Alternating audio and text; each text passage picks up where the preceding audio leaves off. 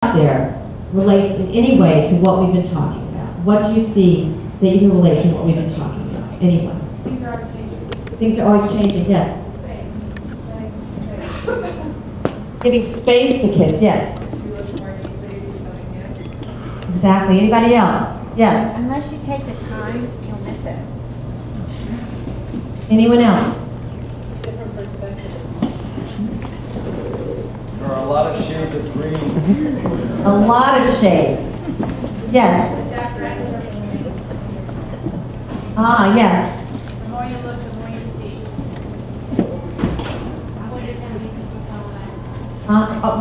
Excellent. Yes.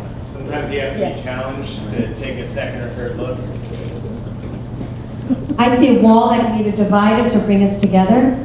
Depends on which side of the wall you're on. Anyone else? So, was that reflection? Were we drawing from nature as in terms of part of what we were seeing? So, and you saw something right away. What were you meant to be thinking about that?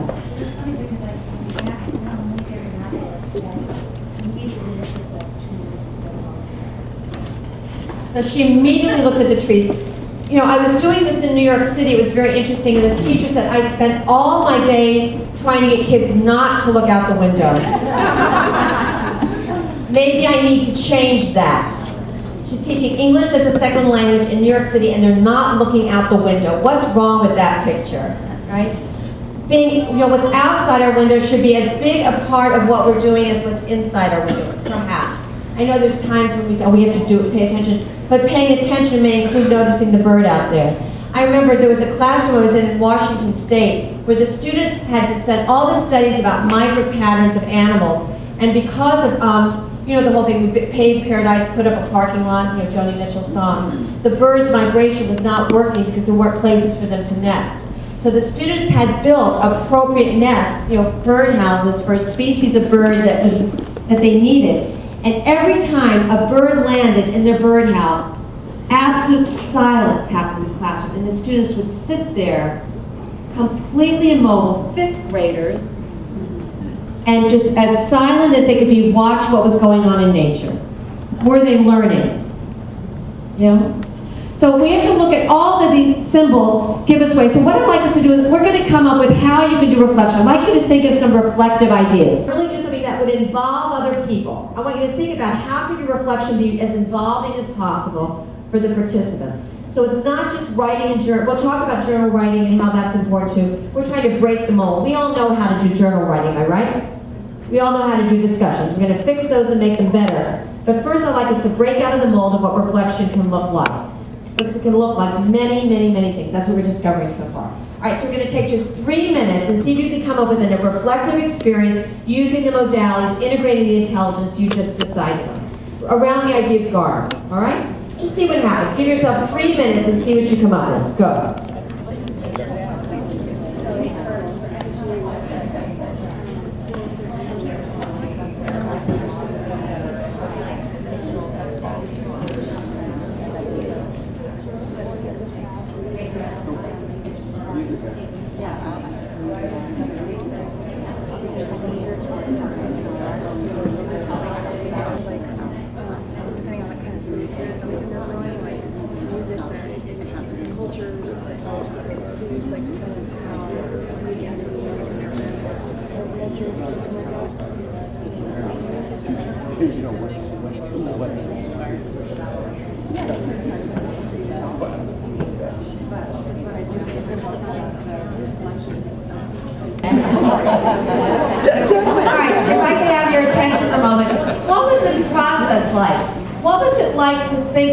What was it like to do this experience? Any thoughts? It was fun. What was fun about it? Thinking outside the box, you got this whole thing. Right, creative. So reflection, to come up with new ways of reflection, challenges us to be more creative and to think in new ways with a new lens. Otherwise, we'll be doing the same old, like anything in education or in life. It stretches our thinking. Well, Oliver Wendell Holmes said, a mind that is stretched by a new idea can never go back to its original dimensions. So we've just been doing mind stretching. Anything else about the process that was interesting? Yes? One of the ideas we came up with seemed to fit into several categories, like spatial modeling, aesthetic, and So it's hard sometimes to say just once you start recognizing what you're doing. Anybody else, what the process was like? Yes? We have a range, everything from preschool to middle school, so it was I think, useful to think in a different age audience and open up to those possibilities. Realize that it can blend across the. Yeah. So you can go across many ages, and this is an excellent task for students to do. If they're going to lead a service-oriented experience with younger children or children ages, say, what would be an appropriate reflection for young kids? How can you take that same idea and do it with your peers? What if you're going to, students do go talk to college classes. What if they wanted to get college students to reflect? You know, would you want to be more bodily kinesthetic or existential? I mean, you could really play with it that way. Any other thoughts about this? All right, what we're going to do is we're going to press a pause button. We're going to hear from a student who's been involved with doing service and hear her story and all about her reflection. When we come back, we're going to look at more expanded ways of doing reflection, some that you're more familiar with and unfamiliar with, so that you really see how reflection can be varied and very practical at the same time in your school. I'm also going to take you on an emotional literacy tour so you understand the emotional understanding and skills that come from students having a tremendous emotional vocabulary. So Donna, here's the microphone.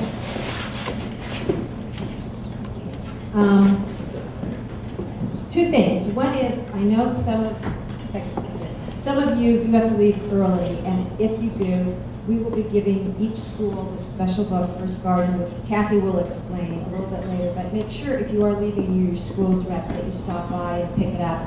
And those schools that did qualify for their certificates, it will be inside your book. So I just want you to know about that. So it is with great pleasure that as you're sitting there, and whether you're thinking like, how can I take this to my classroom? What students do I have that might partake of this methodology, and what might they do with it, and how far do they go, and this is like a great idea, blah, blah, blah. Well, you're about to hear from a student from Wesley School, okay, which is one of our member schools here, who took her service learning to another level that will inspire all of us, and now she's at Berger. So, Lulu Sirot is 13 years old. When she was 13. When she was 13 years old. Oh, when you were 13 years old? She's 13 now. Okay, so in the 5th grade, she created a concept of having a lemonade stand to raise relief funds for Haiti.